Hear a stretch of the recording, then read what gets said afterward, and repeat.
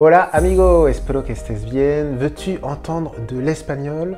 Veux-tu travailler ton écoute, ta compréhension orale? Bien, bienvenue dans la radio Pas à Pas, nouvelle émission de la radio Pas à Pas. Aujourd'hui, thème spécial, el flexitarianismo.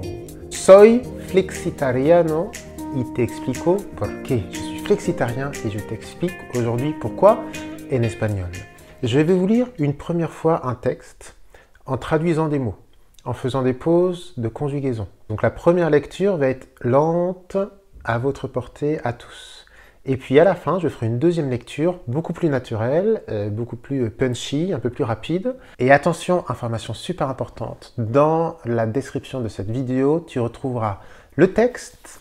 Juste ici, le texte, il est disponible dans la description de la vidéo avec sa traduction au français et avec le vocabulaire essentiel. C'est gratuit, c'est dans la description de la vidéo. ¿Por qué soy flexitariano? ¿Por qué? That is the question.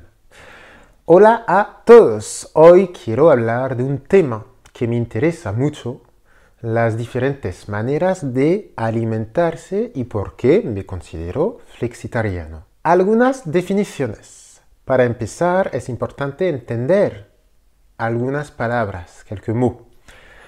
Primero, vegetariano.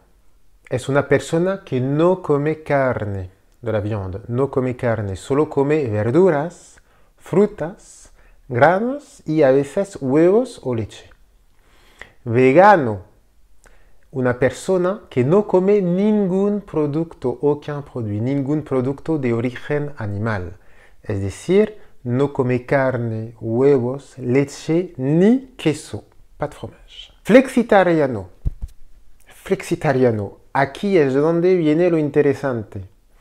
Los flexitarianos son individuos que priorizan una dieta basada en plantas, pero que ocasionalmente consumen carne, ils consomment de la viande ocasionalmente, o pescado, du poisson.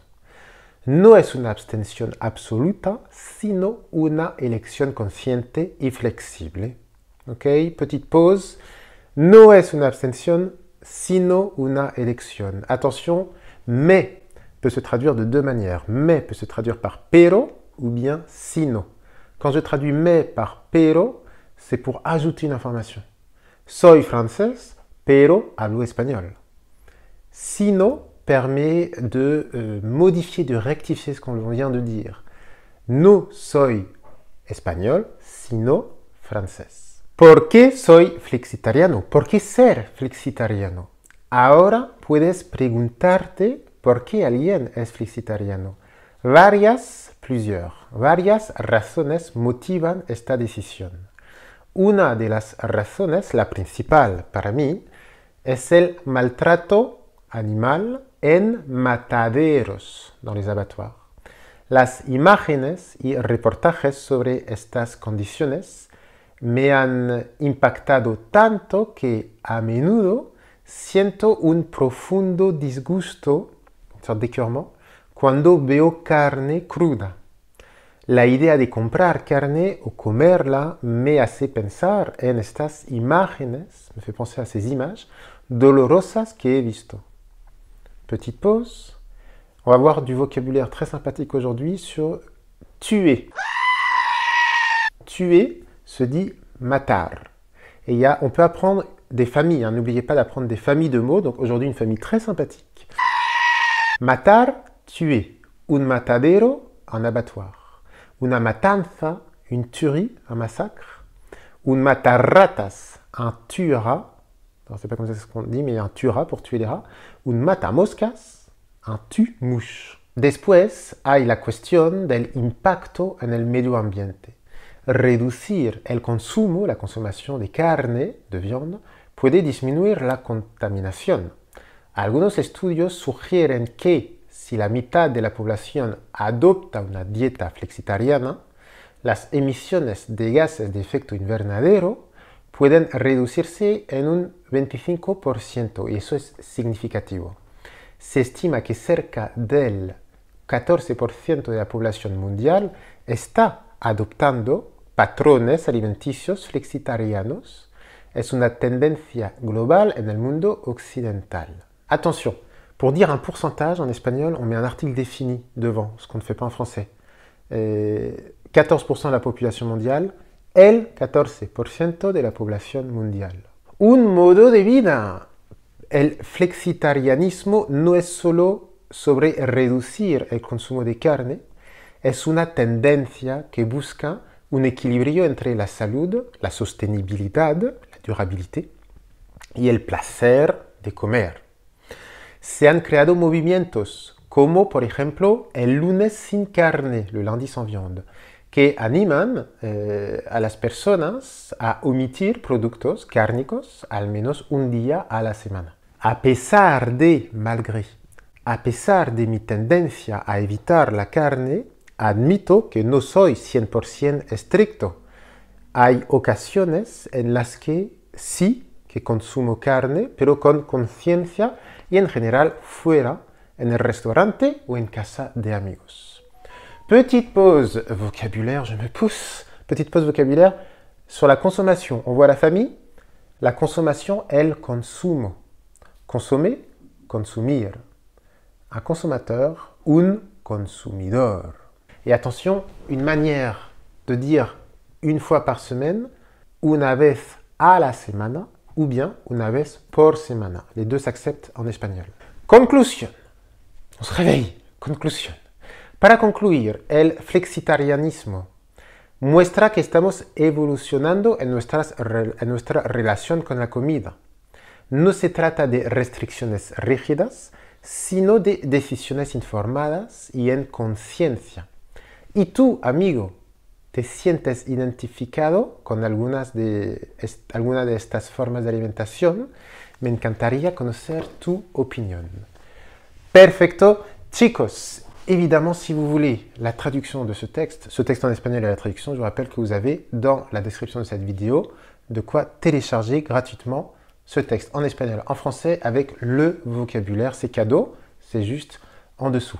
D'ailleurs, n'hésitez pas à faire pause et à télécharger ce texte si vous voulez le lire pendant que je relis le texte un peu plus rapidement. Et petite pause pour que les choses soient bien claires. Surtout, cette vidéo n'est évidemment pas une volonté d'imposer un point de vue ou un mode de vie. C'est évidemment simplement un prétexte pour parler espagnol et puis pour réfléchir un peu sur notre société, mais évidemment aucune imposition.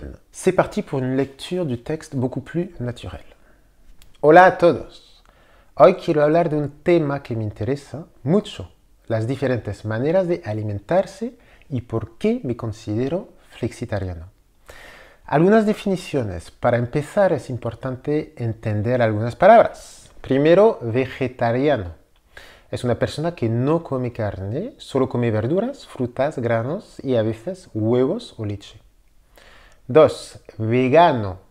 Es una persona que no come ningún producto de origen animal, es decir, que no come carne, ni huevos, ni leche, ni queso. Aquí es donde viene lo interesante. Los flexitarianos son individuos que priorizan una dieta basada en plantas, pero que ocasionalmente consumen carne o pescado. No es una abstención absoluta, sino una elección consciente y flexible. ¿Por qué ser flexitariano? Varias razones motivan esta decisión. Una de las razones, y es la principal para mí, es el maltrato animal en los mataderos, les abattoirs. Las imágenes y reportajes sobre estas condiciones me han impactado tanto que a menudo siento un profundo disgusto cuando veo carne cruda y la idea de comprar carne o comerla me hace pensar en esas imágenes dolorosas que he visto. El medio ambiente. Después hay la cuestión del impacto en el medio ambiente. Reducir el consumo de carne puede disminuir la contaminación, la polución, la contaminación. Algunos estudios sugieren que si la mitad de la población adopta una dieta flexitariana, las emisiones de gases de efecto invernadero pueden reducirse en un 20%, y eso es significativo. Se estima que cerca del 14% de la población mundial está adoptando patrones alimenticios flexitarianos y es una tendencia global en nuestro mundo occidental, en el mundo occidental. El flexitarianismo no es solo sobre reducir el consumo de carne. Es una tendencia que busca un equilibrio entre la salud, la sostenibilidad, la durabilité y el placer de comer. Se han creado movimientos, por ejemplo, el lunes sin carne, que animan a las personas a omitir productos cárnicos al menos un día a la semana. A pesar de mi tendencia a evitar la carne, admito que no soy 100% estricto. Hay ocasiones en las que sí consumo carne, pero con conciencia y en general en el restaurante, en casa de amigos, fuera, no en casa. Para concluir, el flexitarianismo muestra que estamos evolucionando en nuestra relación con la comida. No se trata de restricciones rígidas, sino de decisiones informadas y de conciencia, en conciencia. Y tú, amigo, on se réveille, c'est pour toi la question. Y tú, amigo, ¿te sientes identificado, identificada con algunas de estas formas de alimentación? Me encantaría conocer tu opinion. Si tu es encore là, c'est que tu es motivé, que tu as envie de progresser en espagnol et je suis 100% avec toi. Pour progresser, il faut écouter, il faut également pratiquer. L'écrit est une forme de pratique. Donc s'il te plaît, dis-moi dans les commentaires, eh bien, réponds à ma question. ¿Te sientes identificado con alguna de estas formas de alimentación? Et que penses-tu de tout cela? D'accord? On choisit ce sujet, l'alimentation, comme prétexte à discussion. C'est parti, évidemment, dans le respect de chacun. Vous pouvez aussi me parler d'autres choses. C'est parti dans les commentaires de la vidéo. Et enfin, saviez-vous que la radio Pas à Pas est présente sur Spotify, Deezer, Apple Music, Google Music? N'hésitez pas à suivre cette radio Pas à Pas en version podcast dans les oreilles, les écouteurs, en train de marcher, en faisant du sport, en faisant la vaisselle. N'hésitez pas à écouter les émissions sur ces différentes plateformes. Et puis comme d'habitude, n'hésitez pas à faire un petit like si vous avez aimé cette vidéo et à vous abonner à la chaîne d'Espagnol Pas à Pas. On se retrouve dans très peu de temps pour une nouvelle vidéo. Con mucho gusto. Hasta luego. Que te vaya todo bien, amigo. Adiós.